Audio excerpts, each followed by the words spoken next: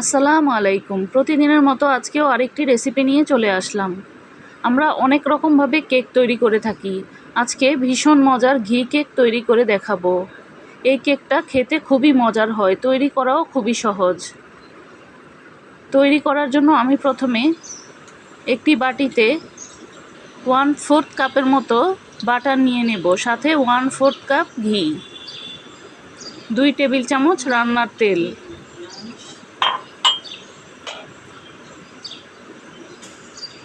এবার বাটার, ঘি ও তেলটাকে একটু ভালোভাবে মিশিয়ে নেব।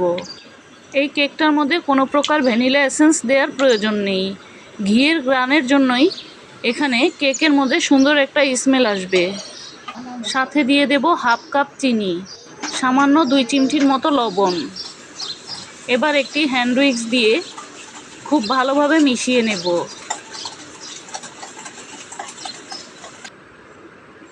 মিশাতে মিশাতে এটা অনেকটাই এরকম সাদা হয়ে আসবে।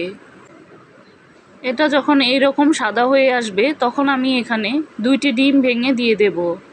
চাইলে আপনারা এই কাজটি ইলেকট্রিক বিটার দিয়েও করতে পারেন, কিন্তু যাদের বাসায় ইলেকট্রিক বিটার নেই তারা এভাবে হ্যান্ড উইক্স দিয়ে এই মজার কেকটি তৈরি করে নিতে পারবেন। এবার হ্যান্ড উইক্সটি দিয়ে ভালোভাবে চিনিটা না গলা পর্যন্ত ডিমগুলোকে ভালোভাবে ফেটিয়ে নেব। একটু সময় নিয়ে মিশিয়ে নিতে হবে। এবার একটি ছাঁকনিতে 1 কাপ ময়দা থেকে 2 টেবিল চামচ কম ময়দা নিয়ে এখানে চেলে নেব। ময়দাটা চেলে নেওয়া হয়ে গেলে ওই 2 টেবিল চামচ কর্নফ্লাওয়ার দিয়ে দেব, আর 2 টেবিল চামচ গুঁড়া দুধ, আধা চামচ বেকিং পাউডার। সবগুলো শুকনো উপকরণ আমি চালনি দিয়ে চেলে নিয়েছি।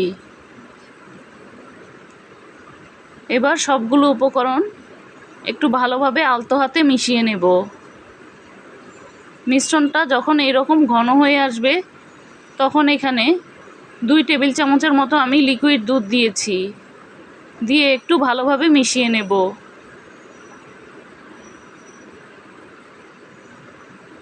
ব্যাটারটা দেখতে অনেকটা এরকম স্মুথ হবে, দেখেই বুঝতে পারছেন। এবার আমি যেই মোল্ডটার ভিতরে কেক বসাবো সেটাতে কাগজ বিছিয়ে তেল ব্রাশ করে নিয়েছি। এখন কেকের মিশ্রণটাকে ঢেলে দেব। এভাবে একটি প্যাচলার সাহায্যে আমি মাঝখানটা এরকম দাগ কেটে দেব, এতে করে কেকটা হওয়ার পরে সুন্দর একটা ক্র্যাক পড়বে। চুলায় আমি একটি পাতিল বসিয়ে একটি স্ট্যান্ড দিয়ে আগেই পাতিলটাকে গরম করে নিয়েছি। এখন কেকের মোল্ডটাকে বসিয়ে দেব। বসিয়ে 5 মিনিটের মতো একটু হাই হিটে জাল করে নেব। 5 মিনিট পর চুলার আঁচটা একদম লো হিটে রেখে প্রায় 40 মিনিটের মতো আমি কেকটাকে বেক করে নিয়েছি। 40 মিনিট পর একটি টুথপিকের কাঠি ঢুকিয়ে দেখব। কাঠিটা যদি পরিষ্কার আসে তাহলে বুঝতে হবে আমার কেকটা হয়ে গেছে।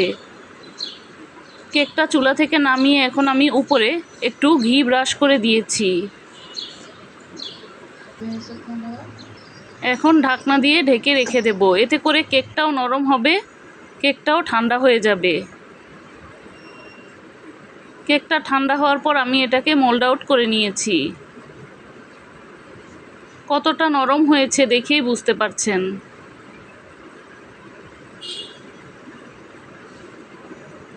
কালারটাও কতটা সুন্দর এসেছে। কেকের মধ্যে এই রকম সুন্দর কালার আনতে চাইলে অবশ্যই এখানে সিলভারের হাঁড়িতে কেকটাকে বেক করে নিতে হবে। সিলভারের হাঁড়িতে কেক বেক করলে কেকের কালার ঠিক এই রকম হবে। কাচের ঢাকনাওয়ালা পাতিলে কখনো কেকের কালার এরকম আসবে না। কেকের পিসগুলো দেখেই বুঝতে পারছেন কেকটা কতটা সুন্দর হয়েছে। তৈরি হয়ে গেল ভীষণ মজার ঘি কেক। চাইলে এই রেসিপিতে একবার এই ঘি কেকটি তৈরি করে নিতে পারেন। কতটা সফট হয়েছে দেখেই বুঝতে পারছেন। আবারও দেখা হবে নতুন কোনো রেসিপি নিয়ে। সে পর্যন্ত ভালো থাকবেন, সুস্থ থাকবেন। আল্লাহ হাফেজ।